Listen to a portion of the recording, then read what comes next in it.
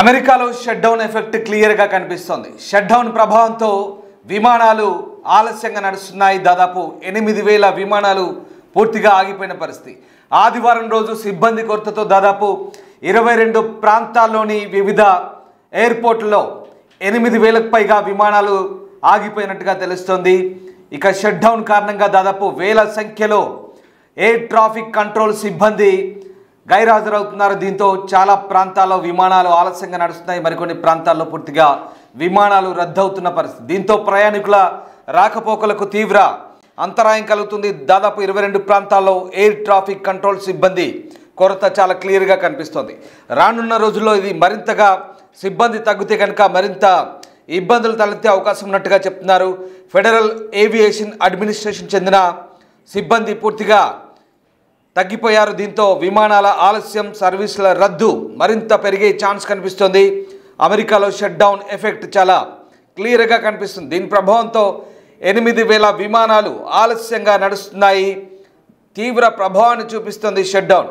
అగ్రరాజ్యం వ్యాప్తంగా దాదాపు ఆదివారం నాడు 8,000కు పైగా విమాన సర్వీసులకు అంతరాయం కలిగింది. ప్రభుత్వ షట్ డౌన్ కారణంగా చాలా చోట్ల ఏటీసీ సిబ్బంది విధులకు హాజరు కాకపోవడంతో వేలాది విమానాలు ఆలస్యంగా నడుస్తున్నాయి. ఇక ఆదివారం అమెరికా కాలమానం ప్రకారం రాత్రి 11 గంటల వరకు కూడా దాదాపు 8,000కు పైగా విమానాలు ఆలస్యంగా నడుస్తున్నట్లుగా ఫ్లైట్ అవేర్ అనే ఒక వెబ్సైట్ చెప్తోంది. సౌత్ వెస్ట్ ఎయిర్లైన్స్లో దాదాపు 45% అంటే దాదాపు 2,000 విమానాలు ఆలస్యంగా నడుస్తున్నాయి. ఇక అమెరికన్ ఎయిర్లైన్స్ చెందిన 1,200, యునైటెడ్ ఎయిర్లైన్స్ చెందిన 739, డెల్టా ఎయిర్లైన్స్ చెందిన 600 విమాన సర్వీసులకు తీవ్ర అంతరాయం ఏర్పడ్డట్టుగా చెప్తున్నారు. దీంతో ఇది తీవ్ర ప్రభావాన్ని చూపిస్తోంది. అగ్రరాజ్యం అమెరికాలో మరొకసారి విమాన సర్వీసులకైతే పూర్తి స్థాయి అంతరాయం కలుగుతున్నట్టుగా మనకు అర్థమవుతోంది. ఎందుకంటే విధులకు గైర్హాజరవడమే దీనికి ప్రధాన కారణంగా చెప్తున్నారు. షట్ డౌన్ కారణంగా వేలాది మంది అమెరికన్లు తీవ్ర ఇబ్బందులు పడుతున్నారు. ముఖ్యంగా ప్రభుత్వ ఉద్యోగులతో పాటు ప్రైవేటు ఉద్యోగులు కూడా చాలా ఇబ్బంది ఎదుర్కొంటున్న పరిస్థితి. ఇక ఇది ప్రధానంగా ఆదివారం అంతా కూడా ఎయిర్పోర్ట్లపై పడింది.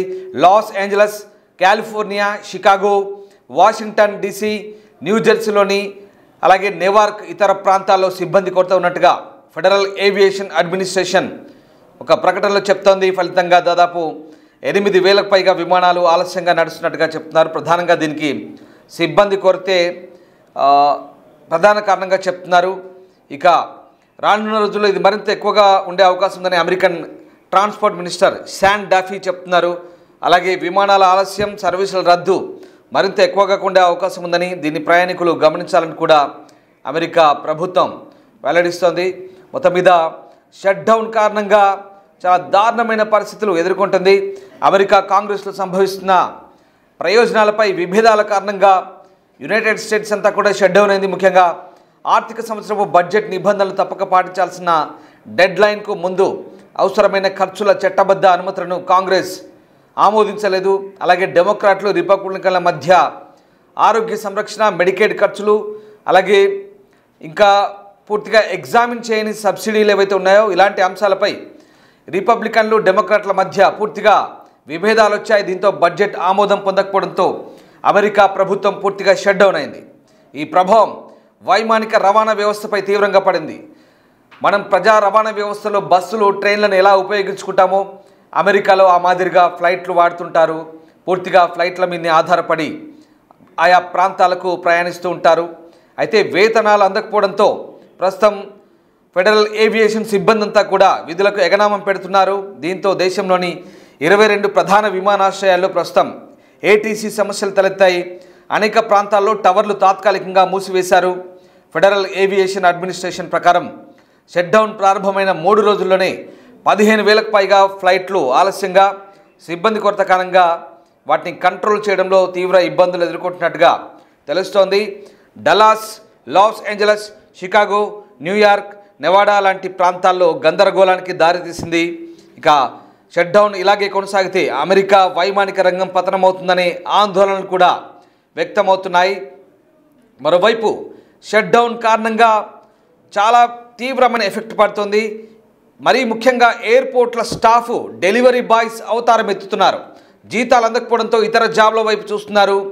సిబ్బంది కొరతతో ఇప్పటి వరకు ఓవరాల్గా 23,000 విమానాల రాకపోకలు ఆలస్యం జరిగినట్టుగా చెప్తున్నారు. ప్రధాన ఎయిర్పోర్ట్లో పనిచేసే సిబ్బందికి జీతాలు అందకపోవడమే దీనికి కారణంగా తెలుస్తోంది. ఆర్థిక సమస్యలను ఎదుర్కోవడానికి ఫుడ్ డెలివరీ యాప్లలో జాబులు వెతుక్కుంటున్నారు. షట్డౌన్ కారణంగా అట్లాంటా, న్యూయార్క్ ఎయిర్పోర్ట్లో ప్యాసింజర్లు, షికాగో, డల్లాస్ ఇట్లాంటి ఎయిర్పోర్ట్లో కూడా తీవ్ర ఇబ్బందులు ఎదుర్కొంటున్నారు. దాదాపు 13,000 మంది ఎయిర్ ట్రాఫిక్ కంట్రోలర్లు, 50,000 మంది ట్రాన్స్పోర్టేషన్ సెక్యూరిటీ అఫీషియల్స్ వీళ్ళంతా కూడా ప్రస్తుతానికి జీతాలు లేకుండానే పనిచేస్తున్నారు. షట్డౌన్ ఇలాగే ఉంటే కనుక 28న చెల్లించాల్సిన తదుపరి జీతాలు కూడా డౌట్గానే అనిపిస్తోంది. దీంతో మరింత మంది తమ జాబులను వదిలేసి ఆల్టర్నేటివ్ చూసుకునే ఛాన్స్ కనిపిస్తోంది. అయితే ఈ షట్డౌన్ కారణంగా హెల్త్ సెక్టార్ కూడా ప్రభావితం అవుతుంది. అఫోర్డబుల్ కేర్ యాక్ట్ ఆరోగ్య బీమా లబ్ధిదారులకు ట్యాక్స్ క్రెడిట్లు కూడా ఏడాది చివరిలో ముగియబోతున్నాయి. ఈ సబ్సిడీని పొడిగించకపోతే 2.5 కోట్ల మంది ప్రభావితమయ్యే అవకాశం కనిపిస్తోంది. సో మొత్తం మీద అమెరికాలో షట్డౌన్ ఎఫెక్టు విమాన సేవలపై తీవ్ర అంతరాయాన్ని ఏ రకంగా కలిగిస్తుందో మొత్తం మీద దేశవ్యాప్తంగా అన్ని రోజులుగా ఇదే ప్రభావం కనిపిస్తుంది. దాదాపు 26 రోజులు అవుతుంది. 26 రోజులుగా అమెరికాలో షట్డౌన్ కొనసాగుతోంది. అంటే దాదాపు నెల కావస్తుంది. నెల రోజులుగా ఇంకొక 2-3 రోజులైతే ఈ మంత్ ఇవ్వాల్సిన జీతాలు కూడా మళ్ళీ సమయం వచ్చింది. దీంతో ఈసారి జీతాలు కూడా డౌటే అనే అనుమానాలు వ్యక్తమవుతున్నాయి. దీంతో ప్రస్తుతానికి అమెరికా ప్రభుత్వం తలలు పట్టుకుంటోంది. ఏం జరగబోతుందనే ఒక భయాందోళన అయితే వ్యక్తమవుతున్నాయి. ఇప్పటికే ఉద్యోగులంతా కూడా ప్రత్యామ్నాయ మార్గాలను చూసుకుంటున్నారు. ఇక మరోవైపు అన్ని శాఖల్లోనూ ఇదే పరిస్థితి. షట్డౌన్ కారణంగా దాదాపు వేలాది మంది దీని ప్రభావం పడే అవకాశం కనిపిస్తోంది. ఇక గతంలో కూడా 2019లో ఒకసారి 35 రోజులు షట్డౌన్ అయింది. ప్రస్తుతం ఇప్పటికైతే 26 రోజులు అవుతుంది. దీంతో అప్పటికంటే ఎక్కువ రోజులు షట్డౌన్ అవుతుందా లేక ప్రభుత్వం ఏదైనా చర్యలు చేపడుతుందా అనేది మాత్రం ఆసక్తికరంగా మారబోతుంది. మొత్తం మీద షట్డౌన్ కారణంగా 7.5 లక్షల మంది ఉద్యోగస్తులపై ఎఫెక్ట్ పడబోతోంది. 6 ఏళ్ల తర్వాత మళ్ళీ షట్డౌన్ కొనసాగుతోంది. సైన్యం సహా ఎమర్జెన్సీ ఉద్యోగాలు చేసేవారు జీతాలు తీసుకోకుండానే పనిచేయాల్సి వచ్చింది. దీంతో అమెరికా వ్యాప్తంగా కూడా ఆర్థిక ఇబ్బందులు జనాలకు తలెత్తే అవకాశం కనిపిస్తోంది. ఇక తాత్కాలికంగా ప్రస్తుతానికైతే జీతాలు ఆగిపోయాయి. Emergency services, medical services, national parks, food inspectors కూడా ప్రస్తుతానికి కొన్ని ఎమర్జెన్సీ సర్వీస్ అయితే కొనసాగుతున్నాయి. కానీ కొంతమంది అత్యవసరం కానీ పార్కులు, ఫుడ్ ఇన్స్పెక్టర్లు అయితే ఇప్పటికే నిలిచిపోయాయి.